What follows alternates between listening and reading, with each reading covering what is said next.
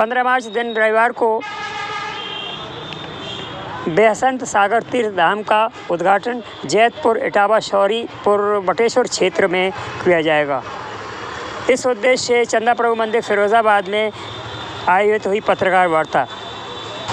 इस अवसर पर जैन मुनि बेहसंत सागर ने बनने वाले गुरुकुल का जिक्र किया, जिसमें कि हॉस्पिटल, भोजनालय, आहारशाला, संग्रहालय, गौशाला, विशाल वेदी आदि स्थापित की जाएंगी। इस लोक कल्याणकारी कार्यक्रम के जानकारी दी।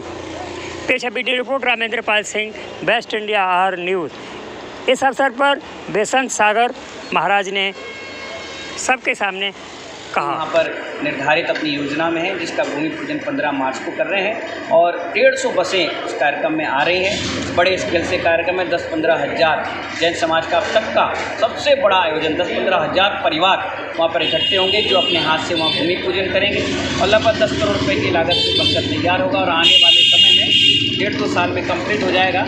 मल्लीनाथ भगवान की विशाल प्रतिमा 19.25 फुट की वहाँ विराजमान हो रही है। पास में ही एक यूपी और राजस्थान के बॉर्डर पर एक तातपुर नाम का गांव है, वहाँ से एक आदिनाथ भगवान की भूगर्भ से प्रतिमा हमें मिली थी, वो भी वहाँ पर विराजमान हो रही है।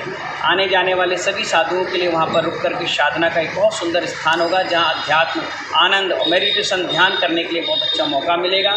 जो हमारे संघ के, हमारे जैन समाज के जैन साधु हैं, जो वयोवृद्ध हैं, असहाय हैं, बीमारी हैं, कोई दिक्कत परेशानी है, वो वहाँ रहकर अपनी साधना को बहुत सुंदर तरीके से मरण के सुमरण में बदलेंगे।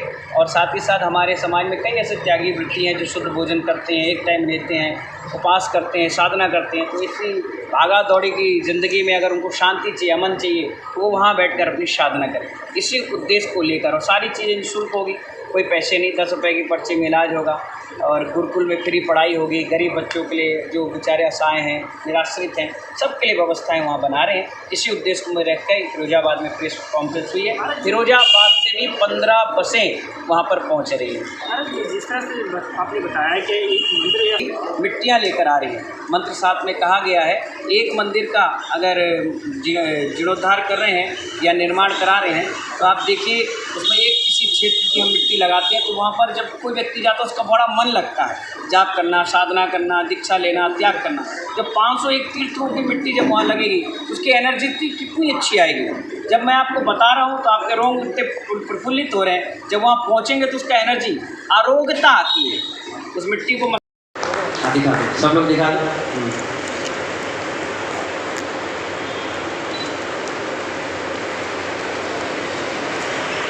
जैसे राम मंदिर का आपने देखा, हर तीर्थ की, हर मंदिर का जल और मिट्टी इकट्ठी हुई, ऐसे ही बेहसंत सागर तीर्थ धाम के लिए 501 तीर्थों स्थापित होंगे।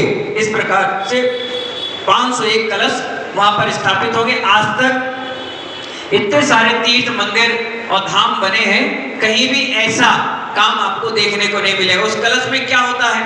उस कलश में सारे तीर्थों की मिट्टी होती है और हम भी जब तीर्थ यात्रा पे जाते हैं वहाँ की रज लगाने के लिए जाते हैं। वो सारी रज वहाँ पर इकट्ठी होगी और वहीं पर सोना, चांदी, स्वस्तिक, ओम, ह्रीम, मंत्रित चांदी के सामान, यंत्र सोने के, उसमें कलावा, उसमें पीली सरसों, हल्दी, सुपारी, लौंग, पूरी चीजें बंधन बनाकर 501 कलश रखेंगे, जिससे वहां पर नेगेटिव ऊर्जा नहीं आए। जो भी वहां बैठे उसका मन लगे और मन लग करके उसका मरण जो है वो सुमंगल मरण में बदल जाए। ये बहुत बड़ा काम अब तक भारत के इतिहास में किसी ने नहीं किया।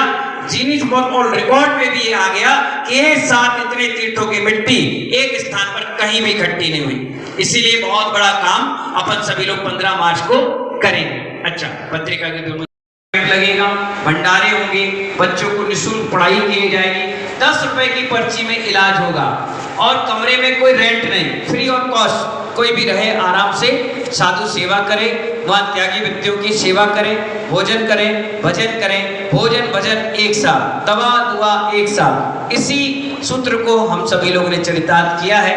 और अभी मेरा बिहार आगरा से फिरोजाबाद होते हुए इटावा हो रहा है। लगभग 10 तारीख को मैं इटावा और 11 तारीख को मैं जैतपुरा उदी मोड़ इटावा पहुंच जाऊंगा और वहीं पर 12 तारीख को साधना करूंगा, 13 तारीख को मंत्र साधना होगी, 14 को पूजा होगी और 15 तारीख को भूमि पूजन शिलान्यास प्रारंभ हो जाएगा। अभी लगभग वहाँ पर बाउंड्री वॉल का काम चालू हो चुका है, जो मुश्किल से मुश्किल 1 महीने में कंप्लीट हो जाएगा।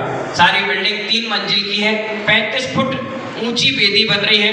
5 किलोमीटर दूर से आप देख लेंगे कि मल्लीनाथ भगवान वहाँ विराजमान है। और नक्षत्र का अपने जीवन में बड़ा महत्व रहता है। नक्षत्र कैसे, जैसे ग्रह नक्षत्र तारे होते हैं, राहु केतु शनि मंगल बुध शनि, तो इस प्रकार से ही नेमिनाथ भगवान अगर राहु के लिए है तो केतु के लिए मल्लीनाथ भगवान सार्थक है। इसलिए राहु के लिए नेमिनाथ भगवान की सौरीपुर बटेश्वर है, तो केतु के लिए वैष्णव सागर तीर्थ धाम पर मल्लीनाथ भगवान की प्रतिमा विराजमान हो रही है। ये सुंदर आयोजन 15 तारीख को 150 बसें आसपास की आ रही हैं, जिसमें 120 बाई 300 का बहुत बड़ा पंडाल, एक 90 बाई 100 का एक पंडाल और एक 60 बाई 60 का एक पंडाल, इस प्रकार से वहाँ व्यवस्थाएं बनाई जा रही है, जिसमें सारे लोग 10,000 से ज्यादा लोग वहाँ पहुंच करके कंफर्टेबल होकर के भव्य शिलान्यास में शामिल हो। 11 पंडित स्पेशल वहाँ पर आ रहे हैं, क्योंकि 15 चीजों का एक साथ भूमि पूजन हो रहा है। वेदी का, मंदिर का, मान स्तंभ का, वैष्णव सागर तीर्थ धाम पर जो अतिथि भवन बन रहे हैं, भोजनशाला है, आहारशाला है, यात्री निवास है, वहां पर निर्जरा भवन है, वहां वाटिका है, मेडिटेशन टेम्पल है, ये ऑडिटोरियम है, आश्रय भवन है। ये सारी चीजों का एक साथ भूमि पूजन भारत के इतिहास में पहली बार हो रहा है किसी जैन संत के द्वारा। इतना बड़ा आयोजन अब तक ना हुआ था, शायद भविष्य में हो पाएगा। हमारी वैष्णव सागर चैरिटेबल ट्रस्ट आज यहाँ पर मौजूद है, जो उस पत्रिका का विमोचन कर रही है जो पूरे भारत में लगने जा रही है। एक बार उस पत्रिका विमोचन करने के लिए पूरी टीम यहाँ पर आ जाए।